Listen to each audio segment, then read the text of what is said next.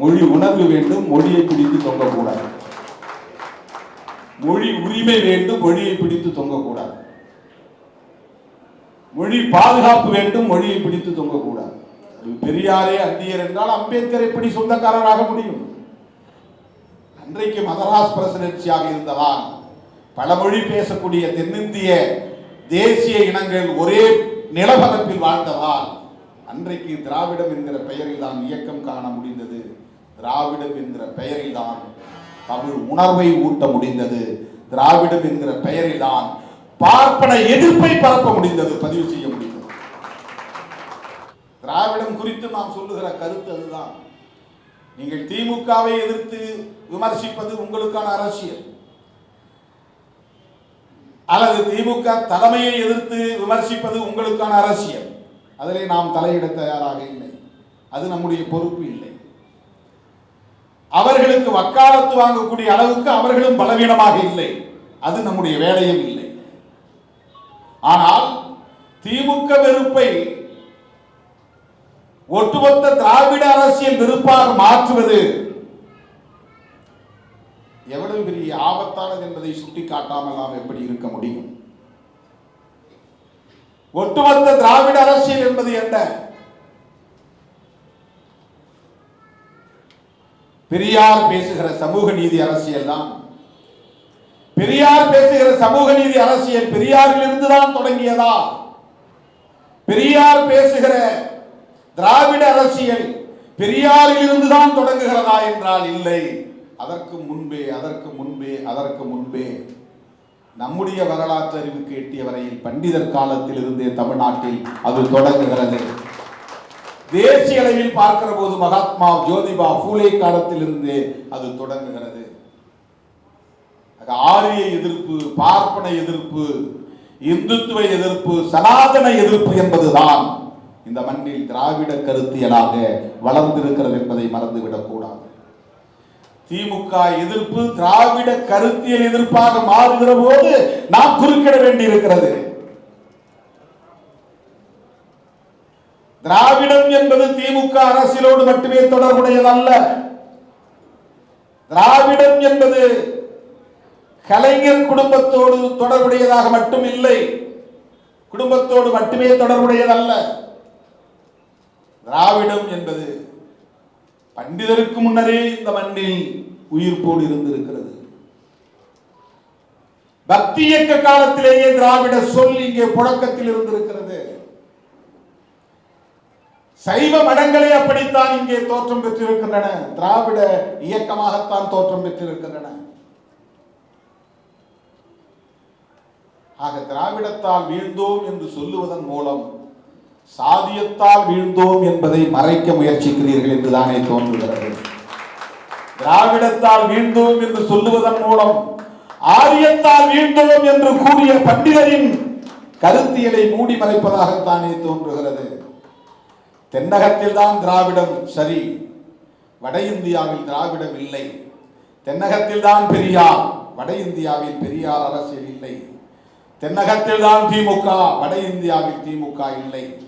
இந்த திராவிட இயக்கங்களால் தான் தமிழர்கள் ஒன்று சேர முடியாமல் வீழ்ந்து போடும் என்று சொன்னால், வட இந்தியாவில் பார்ப்பனர், சத்திரியர், வைசியர், சூத்திரர் என்று பாகுபாடு இருக்கிறதே. சூத்திரர்கள் அடிமைகளாக உழலுகிறார்களே, பஞ்சவர்கள் இங்கே இன்னும் தீட்டுப்படாதவர்களாக, தீண்டப்படாதவர்களாக இருக்கிறார்களே, அவர்கள் எப்படி வீழ்ந்தார்கள்? வட இந்திய மாநிலங்களில் அவர்கள் வீழ்ந்து போனதற்கு எது காரணம்? பெரியார் இயக்கம் காரணமா? உத்தரப்பிரதேசத்தில் சாதிய கொடுமை இல்லையா? மகாராஷ்டிராவில் சாதிய கொடுமைகள் இல்லையா? வர்ண பாகுபாடுகள் இல்லையா? வன்கொடுமைகள் இல்லையா? பெண்களுக்கு எதிரான வன்கொடுமைகள் இல்லையா? மக்கள் ஒற்றுமை இப்படித்தானே சிதைந்தது. வர்ண பாகுபாடுகளால் தானே சிதைந்தது. சாதிய பாகுபாடுகளால் தானே சிதைந்தது. சின்னஞ்சிறு குழுக்களாக சிதறி போயின. இது இந்தியா முழுவதும் இருக்கின்றனவா இல்லையா? வட இந்தியாவில் இவை இன்றும் தொடர்கின்றனவா இல்லையா? அப்படி என்றால் அங்கே அந்த பாகுபாடுகள் நீடித்திருப்பதற்கும் நிலைத்திருப்பதற்கும் திராவிடமா காரணம்? இந்தியா முழுவதும் இது ஒரே பண்பாக இருக்கிறது, ஒரே பண்பாடாக இருக்கிறது. சாதியம் மக்களை கூறு போட்டு உடைக்கிற மக்களை பிளவுபடுத்தி இருக்கிறது. ஆரியத்தால் வீழ்ந்தோம் என்பதுதான் வரலாற்று உண்மை. திராவிடத்தால் பார்ப்பனியத்தை வீழ்த்தினோம் என்பதுதான் தமிழர் வரலாற்று உண்மை. சொல்லிலே வேண்டுமானால் மாறுபாடு இருக்கலாம். திராவிடம் என்பது வேறு, தமிழ் தேசியம் என்பது வேறு என்று சொல்லில் வேறுபாடு இருக்கலாம். அந்த திராவிடம் தான் இந்தியை எதிர்த்தது.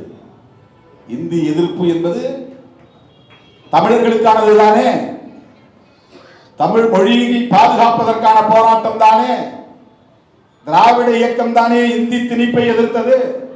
இந்தி திணிப்பை எதிர்ப்பது தமிழ் தேசியத்திற்கு ஆதரவானதா எதிரானதா? மாநில உரிமைகளை கோரியது திராவிட இயக்கங்கள் தானே, பெரியார் இயக்கங்கள் தானே. மாநில உரிமைகள் கோருவது தமிழ் தேசியத்திற்கு எதிரானவையா, தமிழ் தேசியத்திற்கு ஆதரவானவையா? சமஸ்கிருதமயமாதலை எதிர்த்தது பெரியார் இயக்கங்கள் தானே, திராவிட கட்சிகள் தானே. சமஸ்கிருதமயமாதலை எதிர்த்தது தமிழ் தேசியத்திற்கு எதிரானதா, தமிழ் தேசியத்திற்கு ஆதரவானதா? தமிழ் எழுத்துக்களில் சீர்திருத்தம் கொண்டு வந்து எளிமைப்படுத்தியது பெரியார் தானே. அது தமிழ் தேசியத்திற்கு எதிரானதா, தமிழ் தேசியத்திற்கு பகையானதா, ஆதரவானதா?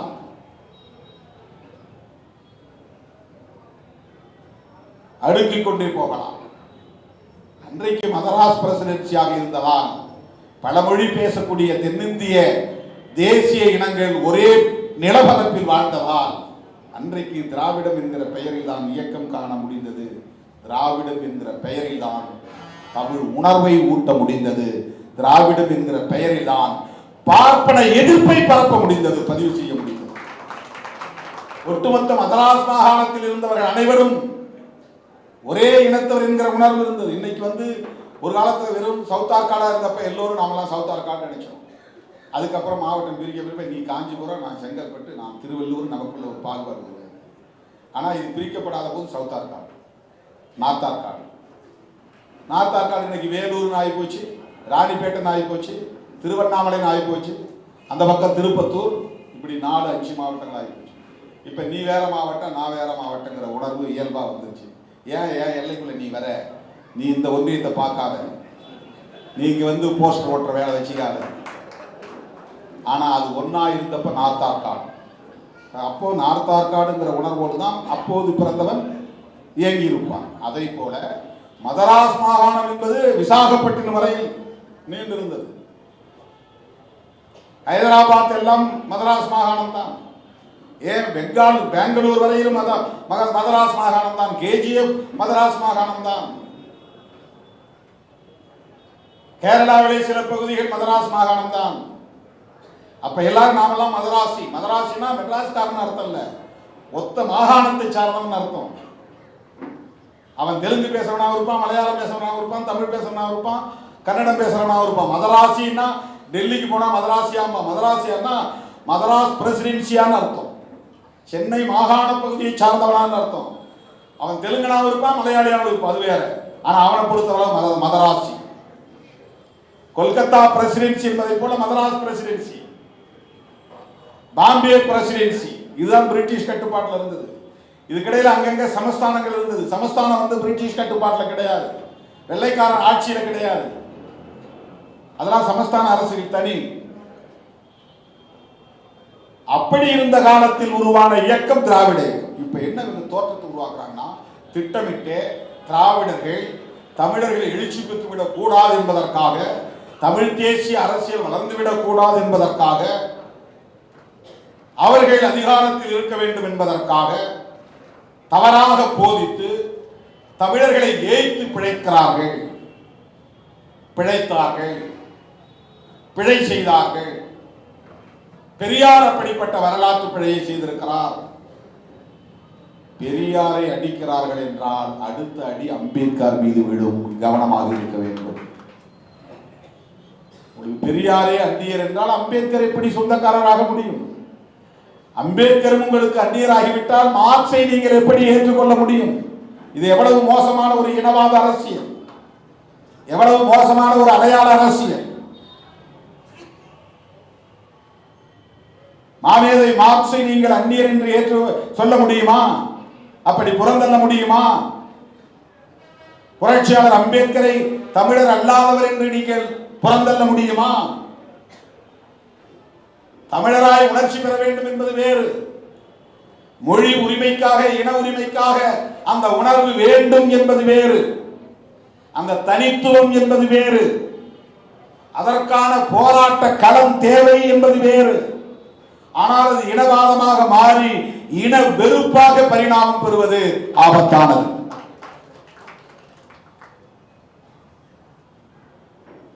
இதை இந்த நுட்பத்தை புரிந்து கொள்ள வேண்டும்.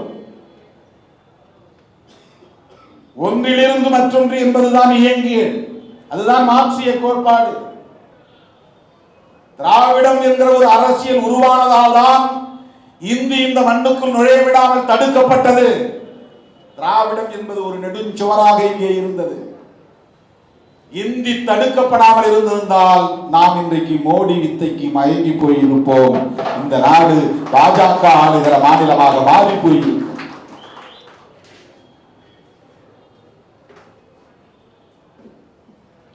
சமஸ்கிருத மயமாகி இருக்கும். தடுக்கப்பட்டது. வடவர் ஆதிக்கம் தடுக்கப்பட்டது. ஆரியர் மேலாதிக்கம் தடுக்கப்பட்டது.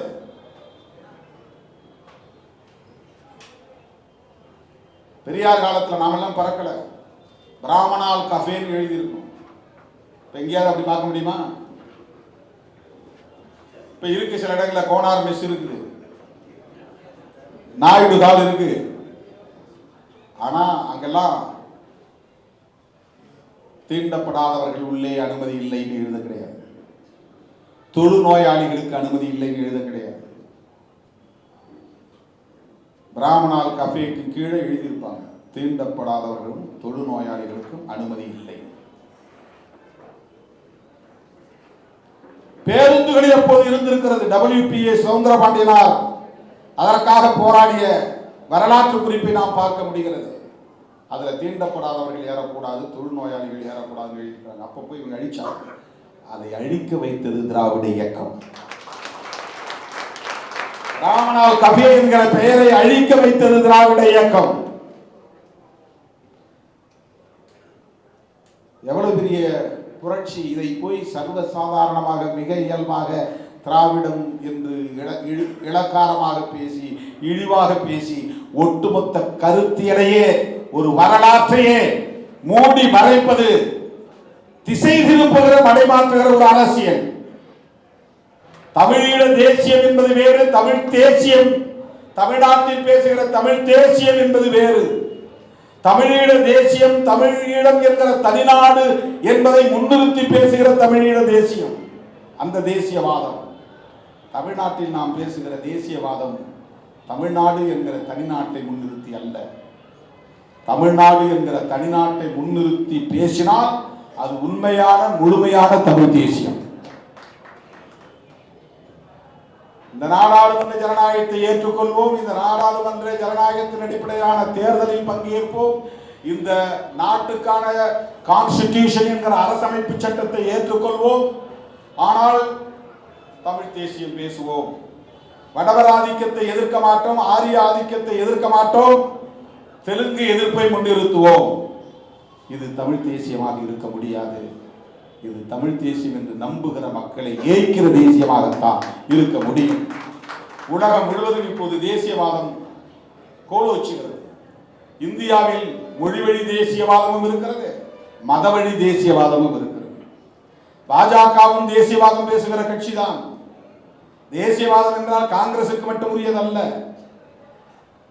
அது தேசிய உணர்வு. அவர்கள் பேசுவது நாம் எல்லாம் ஒரே இந்தியன் என்கிற தேசிய உணர்வு, அவ்வளவுதான் அவர்கள் பேசுகிற தேசியவாதம்.